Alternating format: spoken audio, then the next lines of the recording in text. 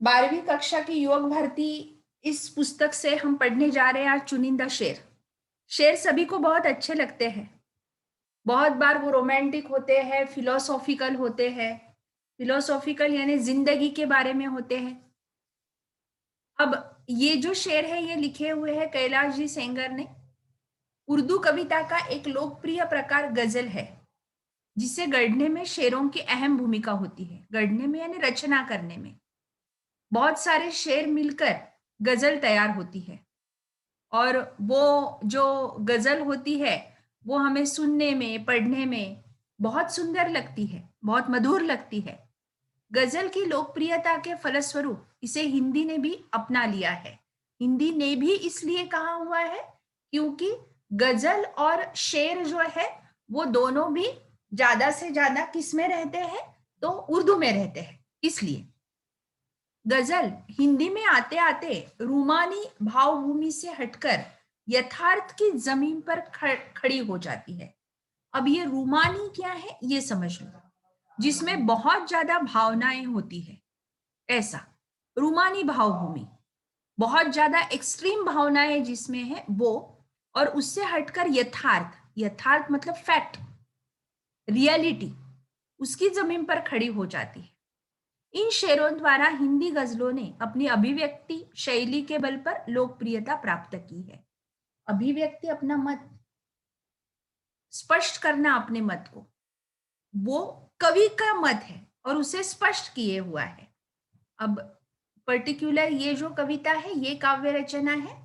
इसका पाठ परिचय। प्रस्तुत शेरों में सामाजिक अव्यवस्था और विडंबना के विभिन्न चित्र शब्दों के माध्यम से व्यक्त किए गए हैं।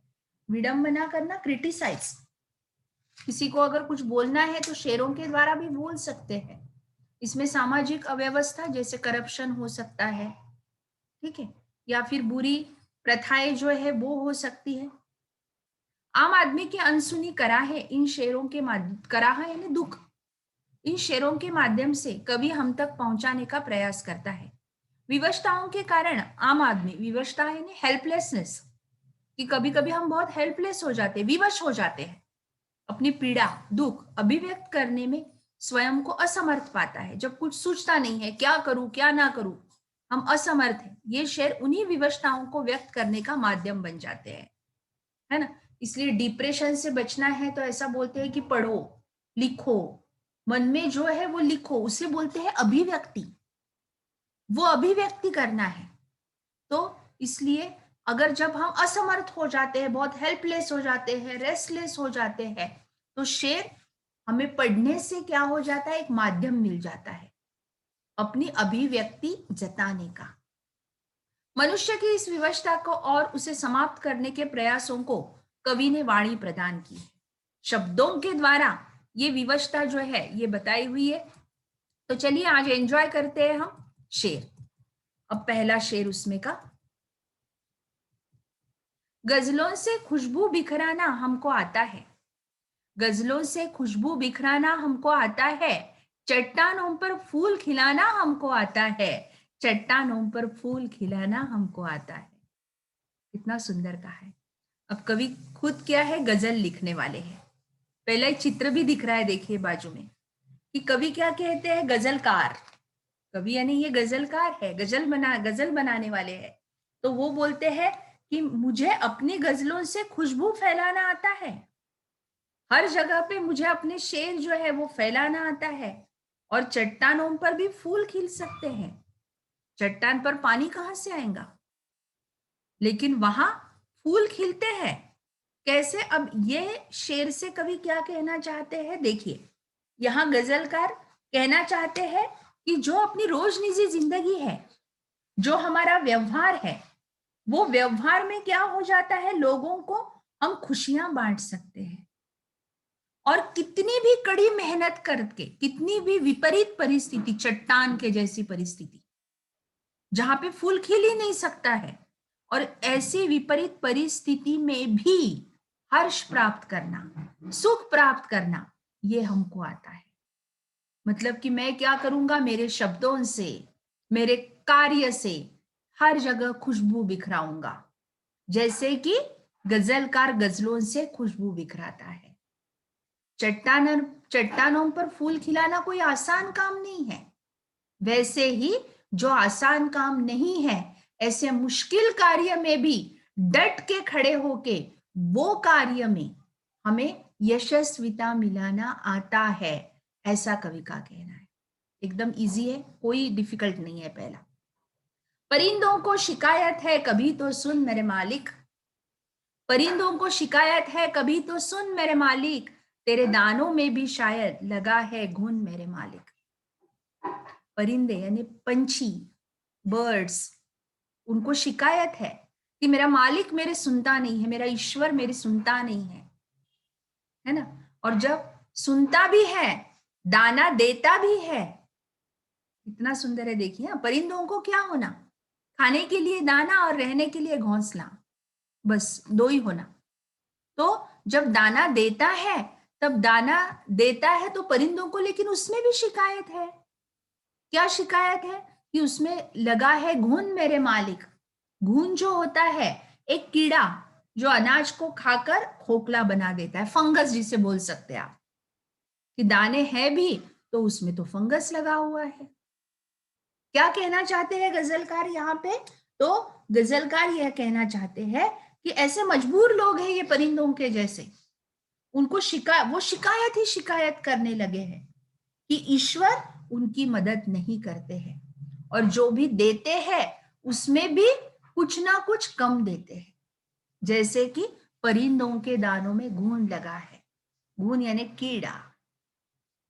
हम जिंदगी के चंद सवालों में खो गए, हम जिंदगी के चंद सवालों में खो गए, सारे जवाब उनके उजालों में खो गए।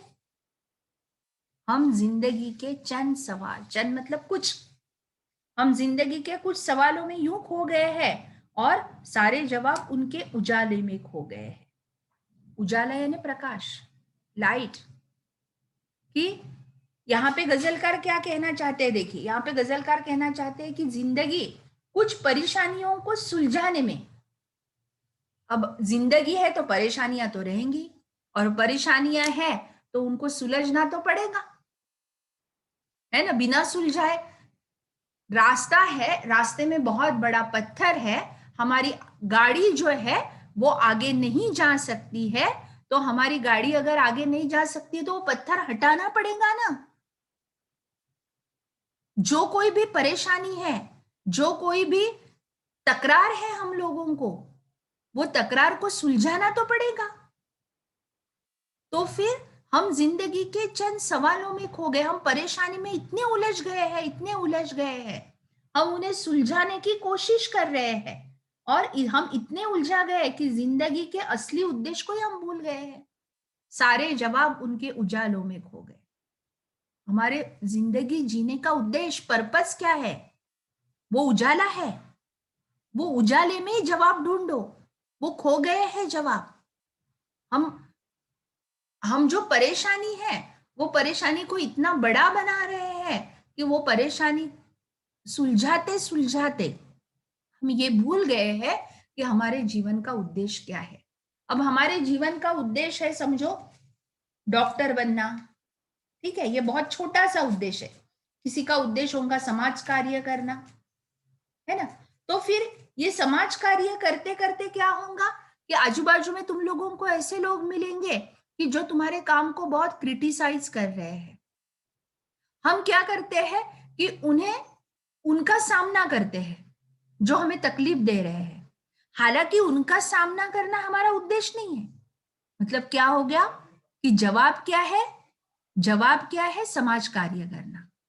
और हम क्या कर रहे हैं कि हमें जो क्रिटिसाइज कर रहे हैं उनके उनको उनका सामना कर रहे हैं, हम खो गए। समझ गए? अब आगे का, चट्टानी रातों को जुगनू से वह सवारा करती है। चट्टानी रातों को जुगनू से वह सवारा करती है, बरसों से एक सुबह हमारा नाम पुकारा करती है। क्या कहते हैं कवि? देखिए, चट्टानी रातें अर्थात काली रात, और काली रात में वह जुगनू, काली रात तो उजली हो सकती है। किससे उजली हो सकती है? जुगनू। जुगनू देखे होंगे आप लोगों ने इंग्लिश में, जिसे ग्लोवर्म्स बोलते हैं। तो जुगनू को सवारती है, जुगनू सवारते हैं, किसे संवारते हैं? चट्टानी रातों को, काली रातों को। बरसों से एक सुबह नाम हमारा पुकारा करती है, और बरसों हो गए, सालों साल बीत गए हैं, उसको एक सुबह का इंतजार करती है रात। रात इंतजार करती है। रात बोलती है कि बस सुबह हो जाए, सुबह हो जाए। अंधेरा किसका किसका इंतजार करता है? उजियारे का। दुख जो है वो किसका इंतजार करता है? सुख का। समझ रहे हैं ना कि बहुत अंधेरी रात में जुगनू जैसा भी उजियारा मिल जाए तो वो कितना सुंदर है। कवि गजलकार यहाँ पे कहना चाहते हैं कि इंसान अपने परेशानियों को, अंधेरे से उलझ गया है। अंधेरा यानी परेशानियां है हम लोगों की, लेकिन वह सही राह पर नहीं चल पा रहा है, और उसको इंतजार किसका है? खुशियों का। वो खुशियों का इंतजार कर रहा है, चाहे वो जुगनी कौन क्यों ना हो, थोड़ा सा भी सुख मुझे क्यों ना मिले। वह आसमां पे रोज एक ख्वाब लिखता था, उसे पता न था वह इनकलाब लिखता था। वह आसमां पे रोज एक ख्वाब लिखता था, उसे पता न था वह इनकलाब लिखता था। इनकलाब यानी चेंज, रिवॉल्यूशन। इनकलाब का मतलब बदलाव, परिवर्तन। वह आसमां पे रोज एक ख्वाब लिखता था कि मेरा ख्वाब इतना ऊंचा है। आसमां पे अर्थात अपने दिल में रोज क्या सजाता था? एक ख्वाब। धीरे धीरे उसकी अपने सपनों की दुनिया ही बन जाती है। और फिर यहाँ गजलकार क्या कहना चाहते हैं कि जो व्यक्ति सपने देखता है उसे पूरे करने की कोशिश करता है, और सिर्फ उसकी जिंदगी में ही बदलाव आता है। बरसों से उसे पता ना था कि वह इनकलाब लिखता था। सपने देखो, एपीजे अब्दुल कलाम कहते हैं कि दिन में सपने देखो, आसमां पे ख्वाब लिखो, इनकलाब हो जाएगा, बदलाव आ जाएगा। So this is it. यहाँ पे कवि ये कहना चाहते हैं, अभी आपकी कोई भी डिफिकल्टीज होंगी तो पहले आप पूछ लीजिए। और अब आगे के शेर में कवि कहते हैं, गजलकार कहते हैं, हंसी से अपने आंसुओं को छुपा कर देखो, हंसी से अपने आंसुओं को छुपा कर देखो, नया मुखौटा ये चेहरे पे लगा कर देखो। दुख की अगर स्थिति है हमारे जीवन में तो रोज रोज हम हमारी दर्द भरी कहानी किससे सुनाएंगे? हंसी का मुखौटा, मुखौटा यानी चेहरा, मुखौटा यानी फेक फेस, फेक फेस जो है वो लगा नहीं होता है। आंसुओं को छुपा नहीं पड़ता है, क्योंकि रोज रोज कोई आपकी दर्द भरी कहानी नहीं सुनेगा। नया मुखौटा ये चेहरे पे लगा कर देखो। अब ये यहाँ पे कवि का बहुत बड़ी बात कह दी है कवि ने। कैसे? देखो, हम जब जब जिंदगी जीते हैं तो क्या हो जाता है कि यार मुझे 12वीं कक्षा में 95% मार्क्स मिल गए, इतना सुख होता है, हम इतना उड़ते हैं, इतना उड़ते हैं, इतना उड़ते हैं। बराबर। आगे हम सीए की एग्जाम जो है उसमें हमारे सब्जेक्ट नहीं क्लियर हो पाए, मतलब जब हमें 12वीं में 95% मार्क्स मिले तो हम आसमां में उड़ रहे हैं, 7वें आसमां पे है। और सीए के कोई सब्जेक्ट हमारे क्लियर नहीं हुए तो हम जमीन के नीचे चले गए। We all are fickle minded. बहुत ज्यादा सुख से बहुत सुखी हो जाते हैं और दुख से बहुत जल्दी दुखी हो जाते हैं। तो कवि का कहना है कि सुख भी है तो नया मुखौटा लगाओ, थोड़ा सा स्थिर रहिए। सुख भी है तो उससे भी बहुत जताने की जरूरत नहीं है, और दुख भी है तो भी हंसी हंसी से अपने आंसुओं को छुपा कर रखने की कला हमें आनी चाहिए।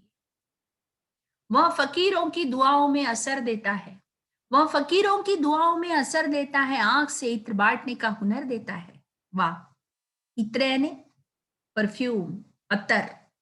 इत्र का मतलब है अतर। वह यानी ईश्वर फकीरों की दुआओं में असर देता है। कोई साधु संत मिलते हैं, फकीर मिलते हैं, तो हम उनके पैर छूते हैं, वो हमें कोई आशीर्वाद देते हैं, दुआ देते हैं, और हमें लगता है कि ये दुआ शायद से काम आ जाएंगी। तो लेकिन उनकी दुआओं में असर देने वाला, परिणाम देने वाला कौन है? ईश्वर। क्योंकि वह ईश्वर की साधना करते हैं, इसलिए और ईश्वर को कुछ नहीं मांगते, हम गाड़ी मांगते हैं, बंगला मांगते हैं, मार्क्स मांगते हैं, फकीर नहीं मांगते। फकीर मांगते हैं कि मैं जो भी दूसरों को दुआ दूंगा बस वो सफल हो जाए। इसलिए ईश्वर उनकी दुआओं में असर देता है, आंख से इत्र बांटने का हुनर देता है। इतने ने अत्तर, आंख से, आंख में इतना सुगंध है, सुगंध कभी आंख में नहीं रहता है, इत्र में सुगंध है, लेकिन आंख में प्रेम का सुगंध है, आंख में प्रेम भरी भावनाएं हैं, उसका हुनर है। यहाँ पे गजलकार यहाँ कहना चाहते हैं कि प्यार ईश्वर की दी हुई अनमोल भेंट है, जो क्या होती है कि एक दूसरे को आपस में जोड़ती है। एक बहुत सुंदर एडवर्टाइज आती है रणबीर कपूर की, एक कोई तो भी, आई डोंट नो वो परफ्यूम है या डिओड्रेंट है, नोटिस तो सभी करेंगे, है ना, देखी होंगी आप लोगों ने, नोटिस तो सभी करेंगे। तो आंख से इत्र बांटने का नोटिस, फकीरों की आंखों में सुगंध है। इसकी सुगंध है, प्यार की सुगंध है, कि नोटिस तो सभी करेंगे, कि सब नोटिस करते हैं क्योंकि वो असर दिखाई देता है। इसमें लाशें भी मिला करती है, तुम जरा देखभाल तो लेते। इसमें लाशें भी मिला करती है, तुम जरा देखभाल तो लेते। इसको माँ कह के पूजने वालों, इस नदी को खंगाल तो लेते, इस नदी को खंगाल तो लेते। हम जाकर नदी की पूजा करते हैं कि नदी तू हमारी माँ है, क्योंकि तू जीवन दायिनी है, जीवन देने वाली है। और लेकिन इसमें लाशें भी तो मिलती है, तो फिर मानव जो है वो नदी की तरफ ध्यान नहीं दे रहा। नदी को माता कहता तो जरूर है, लेकिन उसकी देखभाल नहीं कर रहा, क्योंकि उसमें कितनी गंध भरी हुई है, इंसान ही इंसान को मार रहा है, उसमें लाश डाल रहा है, फिर भी नदी की तरफ ध्यान नहीं। इसको मार जरूर कहता है, लेकिन खंगालता नहीं, साफ नहीं करता है। तो यहाँ पे गजलकार जो है वो कहना चाहते हैं कि जिस गंगा नदी को माँ की तरह हमने सम्मान दिया जाता है, उसकी साफ सफाई की तरफ भी ध्यान देना जरूरी है। जब भी पानी किसी के सर से गुजर जाएगा, मेरे, अब आपकी माँ बोलती है बहुत बार कि बेटा आप, पानी मेरे सिर से गुजर रहा है, पापा बोलते हैं कि बस कर अब, रोज रोज इतना देर से उठना, पानी, अभी एग्जाम नजदीक आ रही, पानी मेरे सर के ऊपर से जा रहा है। मतलब उनकी सहन शक्ति खत्म हो रही है। जब भी पानी किसी से सर से गुजर जाएगा, तब वह सीने में नई आग ही लगाएगा। हालांकि आग पानी आग को बुझाता है, लेकिन यहाँ पे उल्टा है, पानी शीतल और आग क्या है, तो बहुत क्रोधित वाली है। लेकिन इतना भी किसी के सिर के ऊपर से पानी मत जाने दो कि उसका हृदय जो है वो क्रोधित हो जाए, उसके सीने में नई आग लगा जाए। यहाँ गजलकार क्या कहना चाहते हैं कि हर व्यक्ति के सहन करने की एक क्षमता होती है, कैपेसिटी होती है, और उससे अधिक वह सहन कर ही नहीं सकता, और फिर सहन करने की ताकत उसमें नहीं है, तो वो क्रोध में परिवर्तित हो जाएगा। आंखों में बहुत बाढ़ है, शेष सब कुशल। वाह, आंखों में बहुत बाढ़ है, शेष सब कुशल, जीवन नहीं आषाढ़ है, फिर शेष सब कुशल। बाढ़, बाढ़ का मतलब है जब भी बहुत ज्यादा बारिश आती है, आंख आंसुओं से भरी हुई है, और आंसू कब टपकते हैं, जब बहुत ज्यादा दुख होता है।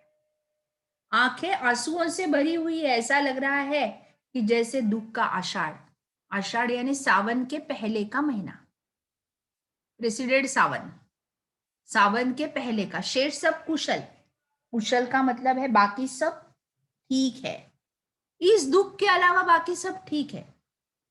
दुख का आषाढ़ आ गया है और उसके अलावा सब कुशल है, आंखों में बहुत बाढ़ है, शेष सब कुशल, जीवन नहीं आषाढ़ है, फिर शेष सब कुशल। जीवन को आषाढ़ मत बनाओ, इतना दुख भरा मत बनाओ कि हमेशा आंसू ही रहे, और फिर शेष सब कुशल जी। और ये समझो कि जीवन कोई आषाढ़, आषाढ़ तो एक महीने के लिए है ना, 12 महीने में आषाढ़ का महीना एक ही होता है, तो दुख थोड़े देर के, आने वाला पल जाने वाला है, और बाकी 11 महीने तो हमारे हैं, फिर शेष तो सब कुशल है, बाकी बचा हुआ तो सब कुशल है। मतलब कि यहाँ पे गजलकार कहना चाहते हैं कि जैसे आषाढ़ महीने के जमकर बारिश होती है, उसी तरह जीवन में भी एक आध महीने के लिए दुख की बारिश होती है, बस उसको सहन करो, आगे फिर खुशियां ही खुशियां है। सड़क ने आगे सड़क ने जब मेरे पैरों की उंगलियां देखी, कड़कती धूप में सीने पे बिजलियां देखी। वाह वाह। सड़क ने जब मेरे पैरों की उंगलियां देखी, कड़कती धूप में सीने पे बिजलियां देखी। चप्पल बिना चप्पल पहने अगर हम धूप में जाएंगे तो क्या होगा? रास्ते का स्पर्श होगा, सड़क को उंगलियों का स्पर्श होगा। तो यहाँ पे कवि क्या कहते हैं कि कड़ी धूप में मेरी उंगलियों का स्पर्श वो सड़क को हुआ, तब क्या हुआ? कड़कती धूप में सीने पे बिजलियां देखी। जरा मई में चप्पल के बिना जाके दिखाओ तो, कड़कती धूप जब वो स्पर्श होता है तो सीने पे क्या गुजरती है, शरीर को कितना दुख होता है, मानो बिजली गिर गई है ऐसा लगता है, सीने पर बिजली। अब यहाँ क्या कहना चाहते होंगे गजलकार? तो वो कहना चाहते हैं कि संघर्ष करने वाले जो होते हैं वो मुसीबतों से घबराते तो नहीं, वो जो राह है वो भी उन्हें देखकर आश्चर्यचकित हो जाती है, देखती है कि इसके सीने पे बिजलियां गिर रही है, फिर भी ये रास्ता चल ही रहा है, चल ही रहा है। सांस हमारी हमें पराये धन से लगती है, सांस हमारी हमें पराये धन सी लगती है, धन सी लगती है, साहूकार के घर गिरवी कंगन सी लगती है। साहूकार यानी साहूकार। किसी किसी के जीवन में इतनी मुसीबतें रहती है, कोई अपाहिज है, कोई मेंटली अनस्टेबल है, कोई फाइनेंशियली अनस्टेबल है, तब क्या लगता है कि यार ये सांस जो चल रही है ये भी हमारी नहीं है, डिप्रेशन आ जाता है बहुत ज्यादा, सुसाइड करने का मन होता है, सांस मेरी नहीं है, मुझे किसी ने दी हुई है, मेरा ये पराया धन है, ऐसा लगता है। जैसे कि मेरे पास कंगन है लेकिन वो साहूकार के घर मैंने गिरवी रखे हुए हैं, मॉर्टेज जिसे बोलते हैं। कॉमर्स वाले तो मॉर्टेज बहुत अच्छे से जानते होंगे। गजलकार यहाँ यह कहना चाहता है कि पराया धन मानकर जो है, तो वो कभी कभी क्या है कि हमारा जीवन भी हमें पराया लगने लगता है, लेकिन वो साहूकार के घर गिरवी रखा हुआ जो है वो वापस लाना भी तो हमारी जिम्मेदारी है। हमारी सांस हमारी है, ये परेशानी सांस दूसरों की है, ये परेशानी से मेरी सांस मेरी है, मेरी जिंदगी मेरी है। ये जो विचार है ये हमें खुद में ही लेके आना है। किसी का सर खुला है तो किसी के पांव बाहर है, जरा ढंग से तू अपनी चादरों को बुन मेरे मालिक। वाह, आखिरी वाली लाइन, मेरे मालिक, मेरे ईश्वर, क्या कर रहा है तू, क्या दे रहा है, कितना कम दे रहा है। एक समझो चादर तूने दी तो वो चादर भी तो पूर्ति नहीं है। किसी को तूने अपाहिज बना दिया, किसी को मेंटल अनस्टेबल बना दिया, किसी ना किसी के जीवन में कुछ ना कुछ समस्याएं जो है वो खड़ी कर ही दी तूने, जरा ढंग से। फिर ईश्वर मेरी प्रार्थना है तुझसे कि तू जो भी चादर बुनता है, जब जीवन देता है, चादर मतलब हमारा शरीर, जब तू किसी मानव को जन्म देता है तो वो अच्छे से दे, किसी को मत अपाहिज कर, किसी को किसी के जिंदगी में दुख मत बांट। यहाँ पे मतलब कवि जो है वो कहना चाहते हैं, गजलकार कहना चाहते हैं कि सभी लोग किसी ना किसी कारण परेशान हैं, इसलिए हे प्रभु सब पर अपनी दया की दृष्टि रखना, सब पर कृपा करना। अब हम अंत में आ गए हैं। वह जो मजदूर मरा है वह निरक्षर था, इलिटरेट। वह जो मजदूर मरा है वह निरक्षर था, मगर अपने भीतर वह रोज एक किताब लिखता था, भावनाओं की किताब, अनुभवों की किताब। एक मजदूर है, वो इलिटरेट था, लेकिन रोज उसके पास इतने बुरे अच्छे अनुभव जमा हो गए थे, दुनिया ने उसको इतना कुछ सिखाया था कि उसकी एक किताब बनाना चाहे तो वो किताब उसके मन में लिखी हुई थी, सिर्फ शब्दों में नहीं, क्योंकि वो निरक्षर था। यहाँ पे गजलकार कहना चाहते कि संसार में अमीर गरीब छोटा बड़ा शिक्षित अशिक्षित हर व्यक्ति है, हर एक का अपना संघर्ष है, हर कोई किताब नहीं लिखता है, लेकिन उसके मन में अपनी किताब जो है वो लिखी हुई रहती है। सूरज तुम्हारा है, इस गजल संग्रह से यह जो शेर है ये लिए हुए है। तो ये थी हमारे चुनिंदा शेर। आपने भी बहुत एंजॉय किए होंगे। बहुत बड़ी काव्य रचना है, लेकिन बहुत कुछ सीख देने वाली है। तो आज हमने ये कविता पढ़ी, आपको उम्मीद है कि